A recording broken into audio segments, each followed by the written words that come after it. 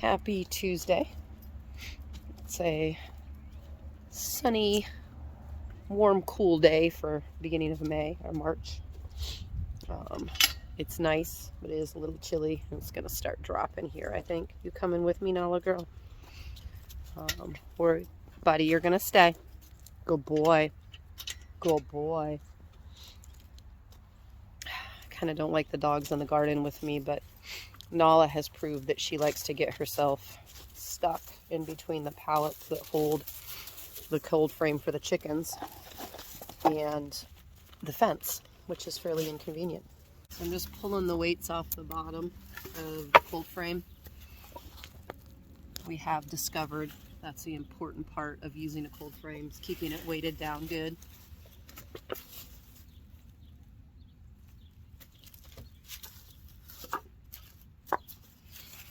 It's getting a little more complicated to get in here because some of the zippers are broken, but all is well.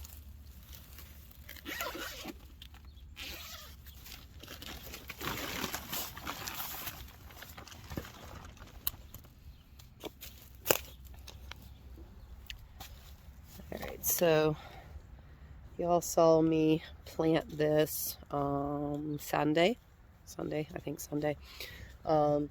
I didn't water right then just because there was a fair amount of moisture still in the soil. So I'm just going to hit this and water it and then close it back up. And yeah.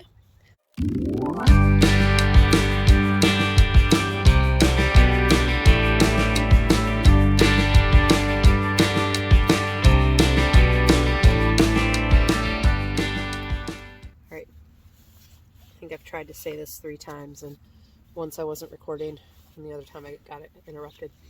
So out here we have one of these sensors. This is one that goes with a thermometer that will give you, we put it outside to get your outside temperature. It also records the daily highs and the daily low. So we are keeping this in the cold frame so we have an idea of what the temperature fluctuation is in comparison with the external temperature. Just something kind of interesting to check out.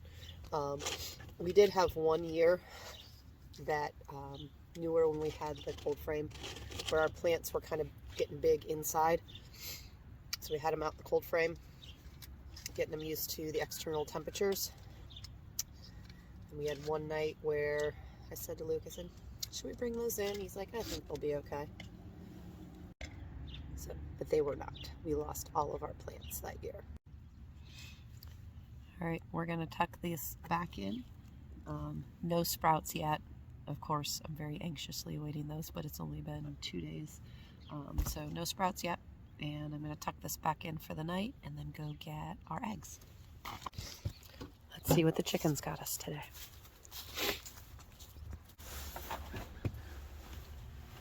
All right, 1, 2, 3, 4, 5, 6, 7. So that means every chicken but one gave us an egg today, which is awesome. One more thing real quick. I've got a handful of eggs, so we're going to try to not drop them.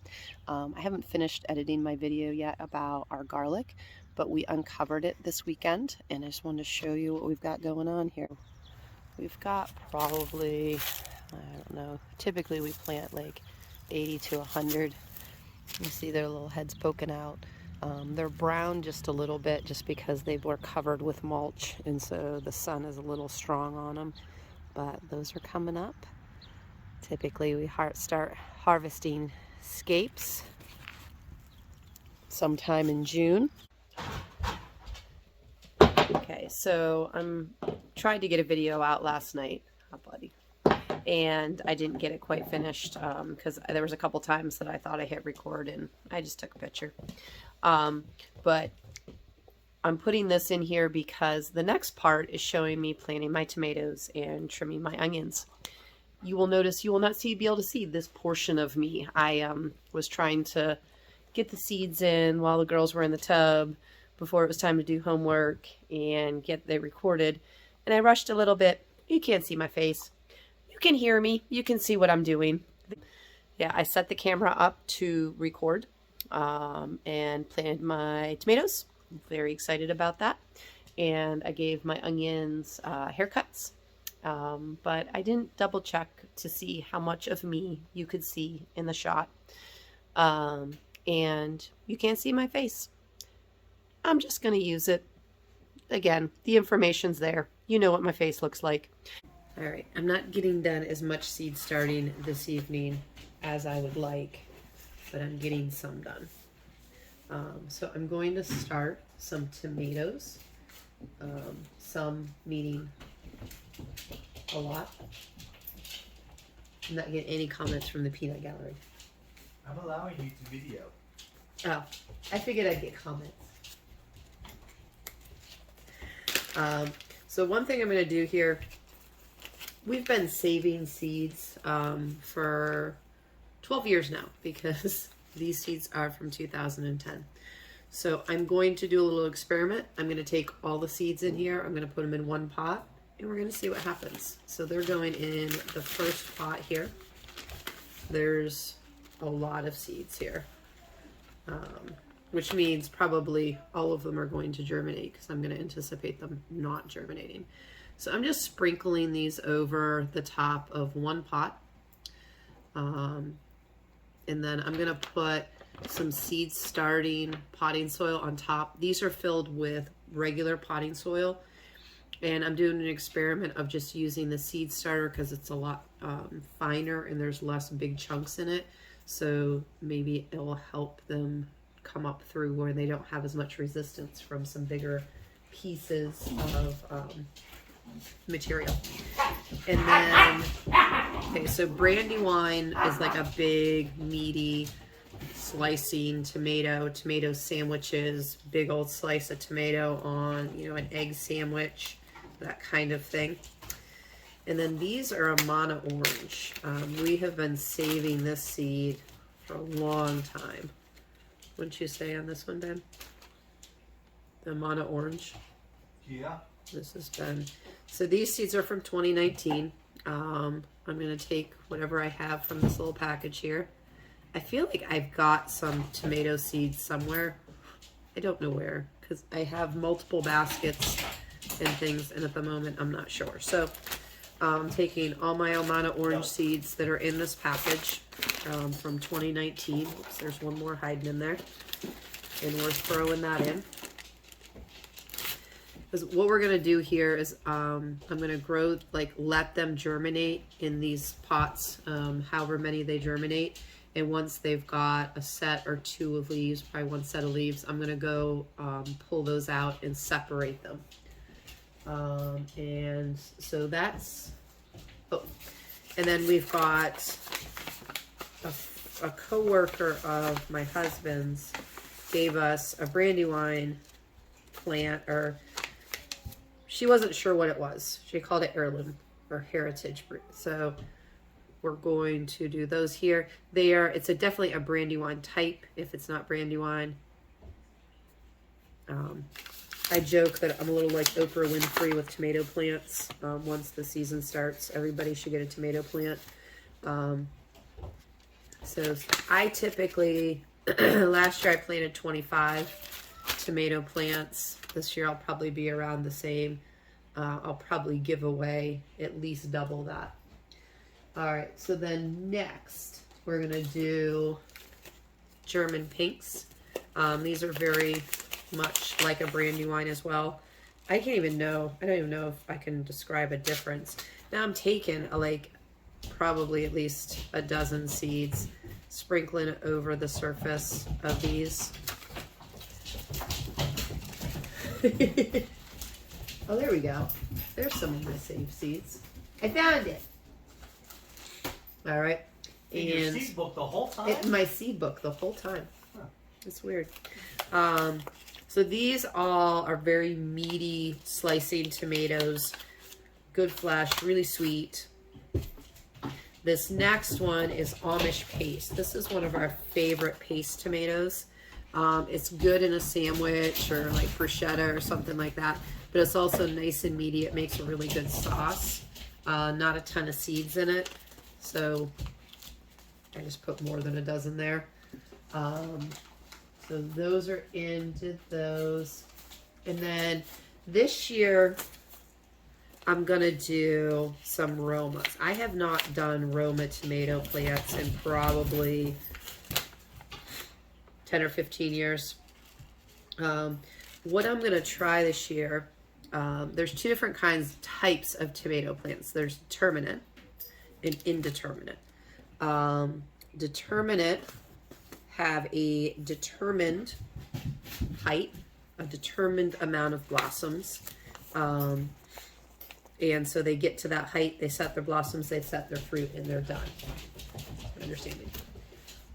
Indeterminate, provided they're continued to be given proper nutrients, light, and water, will continue to grow. We have had indeterminate tomato plants that have probably put out vines 10 or 12. Would that be accurate or exaggeration? 10 or 12 foot vines on our tomatoes. Well, at least. At least, yeah. Okay, so I'm not exaggerating, at least according to my husband. So most of our tomato plants are indeterminate. They continue to grow. They continue to set blossoms. They continue to set fruit, provided they're given the nutrients, water, and light that they need, and it doesn't freeze. Excuse me. My next one is Sunrise Bumblebee. This was a good, like smaller tomato. It's about a little smaller than the golf ball. We liked the flavor. It produced pretty good. Didn't split. So we enjoyed that one. And I'm planting way more than I need. Really, I planted one of these last year, and that's all I needed. So I'm planting to share. And then this is a new one, I believe, from Baker Creek this year. Tomato black strawberry. So I cannot tell you. The description was enough to grab me, but I cannot remember at this point because I order my seeds pretty early. I usually, a little before Christmas, that's my Christmas gift to myself, is sitting down and picking out what seeds I'm ordering. So, uh-oh, we're losing track of where we are. There we are, we're here. Okay, so have all of those, it's probably, if all of these germinate, this is a couple hundred tomato plants. Okay. I think my husband is engrossed in the article he's reading and not providing comments from the peanut gallery tonight about my tomato obsession. So I'm just sprinkling the seed mix, or the seed starter soil over top. And you can kind of see the difference between the seed starting soil and the potting soil. There's a lot more chunks and that kind of thing in here. I've just always used potting soil because then its intention is for more of the things that I use. A little feels more universal to me. It's a little more economical to purchase. So I've got a few pots that don't have anything in them yet. They will soon, don't worry, but I think this is as far as I'm getting tonight. Now I'm going to take these over and put them on my growing shelf, and then I'm going to bring my onions over and give them a haircut.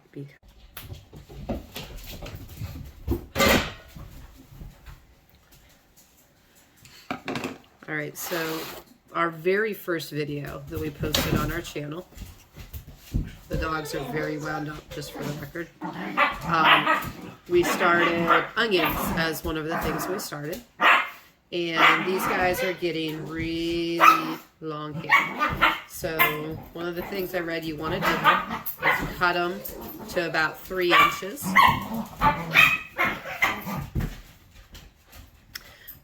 To encourage them to put more of their energy into developing the root and less into the plant. So this guy got a haircut. It also said you can use these in salads and your cooking. So these are going in the fridge, perhaps for a taco night. Okay, those guys are getting a haircut. Some of these germinated a little better than others. My red onions didn't germinate real well, so I ended up replanting them. So that's what I've got going on right there. They're coming up a little bit better the second time around. Sometimes when I have a little more help than I need on occasion from my ladies, they do a great job, but they're also kids, and so I think some of them, the soil didn't get packed down as well as it could, or those kind of things, but I definitely would rather have my ladies help me and maybe need to do some things twice or redo them. Just a minute, Lucky Dog. That might have been a little short, but I'm pretty sure it will make it. Oh, and the puppy just peed on the floor. I'll get that in just a second. Oh no, allow me. Oh, thank you, my love.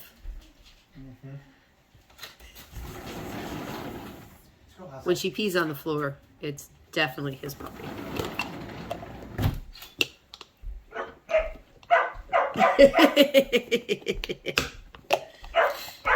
So, got a whole bunch of some onion tops. Oops, these guys can use a little trim. There we go. So, everybody got a haircut there. There's some toppings for our Taco Thursday, Taco Wednesday, whatever it may be. Okay, so I just wanted to give you a update to my seeds, our seedlings that we started in our very first video. So in the very first video, we started cabbage, broccoli, Brussels sprouts, and cauliflower. Those are those seedlings. The onions you saw last night. And then we did also a video on starting some of our peppers. Here are peppers, and I just realized right here is an onion. That works. I do need to get in here and separate out some of the multiple. You can, if you're a little bit more lethal than me, just pluck them out. I always have trouble with that, just killing a little seedling, so I'm typically going to pull them out and put them somewhere else and end up with too many plants. And then I can just share them with other people. Okay. So thanks for joining us today for our tomato seed starting and our just evening chores. And we'll see you again soon because we've got a lot to do. Gardening season has just begun.